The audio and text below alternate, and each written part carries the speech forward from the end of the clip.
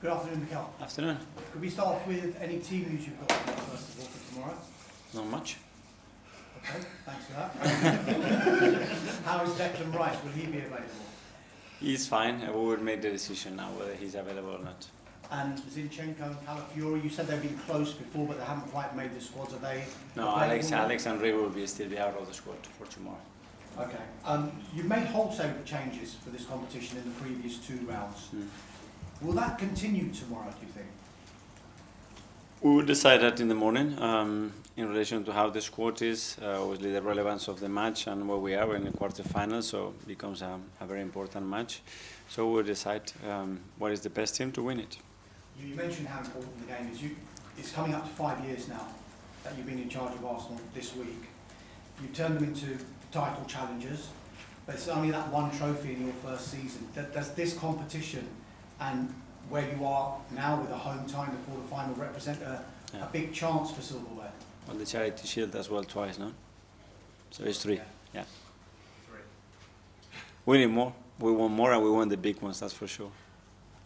A lot's been made, Mikel, I know you've been asked this question Yeah. over and over in the past couple of weeks about set pieces and open play.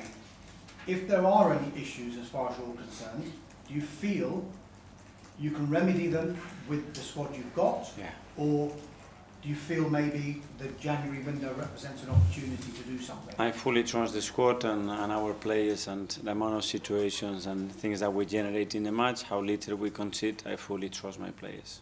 Just one final one from me. Crystal Palace looked like a different proposition from earlier on this season. What kind of game are you expecting against them tomorrow? Very tough always when you look at the last results and the approach that they have, the quality of individuals that they have, how they are coached as well. It's always really tough. It's another layer of difficulty, especially when you play a team twice in 4 days. So we have prepared for that. Thank you. Thank you. Thanks very much, guys. Ian from TalkSport. Hi, Mikel. How are you? Very good, thank you. It's a trophy, the League Cup this year, that some teams, I think, need to win, like Spurs and Man United and maybe Newcastle. Some teams like Palace and Brentford want to win. Where do you put Arsenal? The need to win or just want to win? We want to win, I mean, and do everything that you can to win it. You don't need to win it. What I mean is, do you need to win silverware this year, and this at least would relieve some pressure? It's not about, I mean, the pressure is coming in a big club because you want to do the best that you possibly can, and that's related at the end of winning the major trophies, and this is what we want to do. You spoke about the fact that the goal situation you can resolve from within the club. How frustrating was Saturday not being able to break down over to looking back on it, and how can you go about making sure that in future when you dominate games like you have this year and not score, you can score?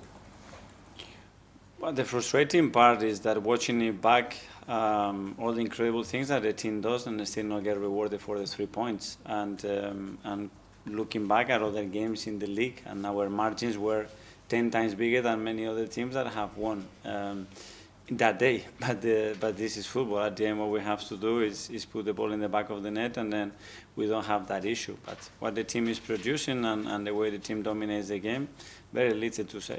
But do you see why people say there's an over-reliance on either Gabriel or Saliba scoring or Bukayo Saka? Because outside of that, you're not getting many goals from other people you have in the past. But that's always the narrative, you know, when you score 5 goals and another 5 and then 3, you're not going to talk about it. And you concede probably, by now you don't have that many clean sheets. And when you don't score a goal, obviously you're going to come back to that. That's normal, that's the narrative. For us, it doesn't change. We want to improve regardless we score 3 or 5. And even though we didn't concede anything on Saturday, there are still things defensively I want to do better. That doesn't change our work. And finally, with team selection, how much do you have to balance the fact that tomorrow this is a knockout, this is all on one night, compared with the really busy Christmas and New Year schedule, which is literally around the corner now? We have managed the squad in the best possible way to make sure that everybody's fit and available, feel parts of it, and is ready when the team needs it. So if we have to make changes, I'm sure the boys that they come in, they will have that, and others that they're going to have to play as well because of the numbers. George, BBC. Mikel, hello. I just wondered, everything's going on at the moment. What's the sort of stats telling you about how Arsenal are performing? Because there's certain ones that you look you're scoring less goals than last season, but you create less chances, but then you haven't had Odegaard, you scored 5 at West Ham. So just how do you assess, and you're talking about the narrative, about how you feel the team's performing at the moment? Yeah, it's very different to that, obviously. In terms of, you just happy? The depth of the analysis, that's it. That's what I'm interested in. Are the players prepared for Palace basically to do what Everton and Fulham could do tomorrow and just sit back? Well, they are slightly different, and as well, I don't think that Fulham, for example, wanted to sit back. You know, they never have that approach, and they have played against the Spurs, they have played against Liverpool. They haven't done that. Is what you are able to do to teams sometimes, that they have to do certain things. So in relation to the game and the game scenario, the scoreline obviously has a big input to that. We will face one game or another.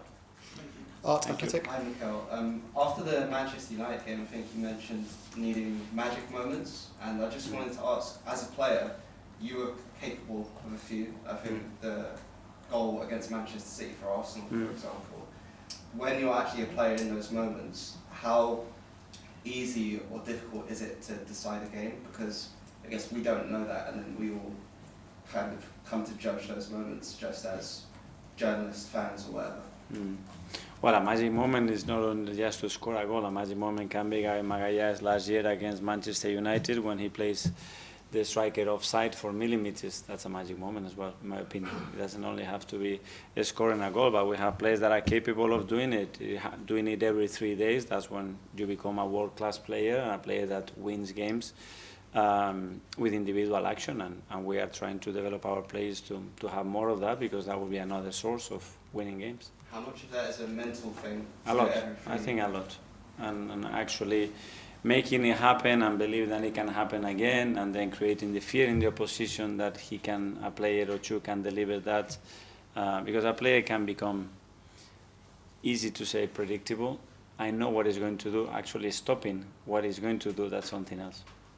Kaya, Football London. Hi, Mikel. Just on the topic of mental focus and those kind of things, just how big can winning a trophy like this, the Carabao Cup? Because externally we maybe dismiss it a bit as the fourth trophy in England and not considered as big as the others, but can it create a snowball effect for your team going forward into the business end of this season, do you think? I think so. I fully believe in that. The fact that you are winning, you get into the next round, next competition, it creates something different around the team. That's why these kind of games are really, really important. Because obviously you came from Manchester City, where Pep took these competitions really seriously. Is that something you learned from there?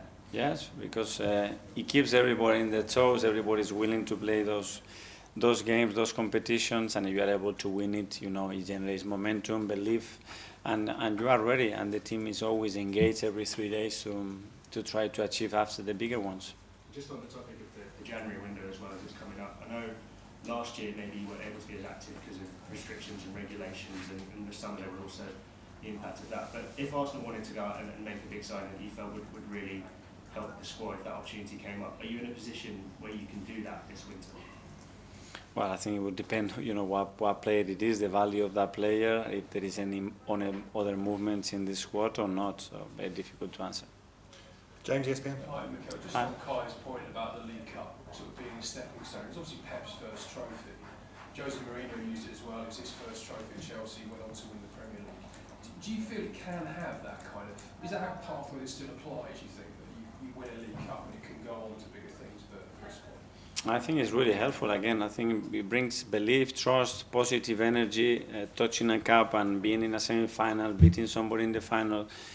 It generates that energy, and it creates, I think, the right path to go and do something else, especially because of the timing and where the competition is played in this country. It gets the momentum going, I think, yeah. And just finally for me, your 5-year anniversary of getting the job is Friday. Will you mark it in any way? Will you have a glass of wine? I don't drink wine, but it will be a special day. Obviously, 5 years in this job, and especially in the size of the club that we are, it's a big thing. So very grateful. How will you celebrate it? Will you actually mark it in any way? I wouldn't do a celebration, but obviously, probably I will reflect on it, and we would have some memories and look through some pictures, some comments, a few moments that we have spent together, and at least recall it and value because it's quite a long time. Okay, last couple in the live section. Phil from PA. Hi, Mikel. Hi. A section of the supporters seemed a bit angry or frustrated with the draw against Everton. Do you think that was maybe a bit over the top, given that Arsenal are third in the league, third in the Champions League? Or Sorry, I missed the first part. a lot of or some of the supporters were quite angry or frustrated after the draw. You know, do you understand that? Or do you Yeah, think it's fully. too much given where you are in the league? And we have to be. We were here to win games, and even though I think we did the majority of the things to certainly end to win it and comfortably, the fact is that we didn't. Can I just ask you about Raheem? I know you spoke about him the other day, but he didn't come on against Everton. Is there any particular reason why? No. And finally in the live section, we'll go to Simon from the Standard. Mikel, can I just ask you about Ethan, who's obviously played in that right number 8 where Martin does. In the long term, do you sort of envisage a way they could both be in the same team together, and how do you think that might look if both are on the pitch? Yeah, obviously, depending who are they surrounded with, and depending which position Ethan can play.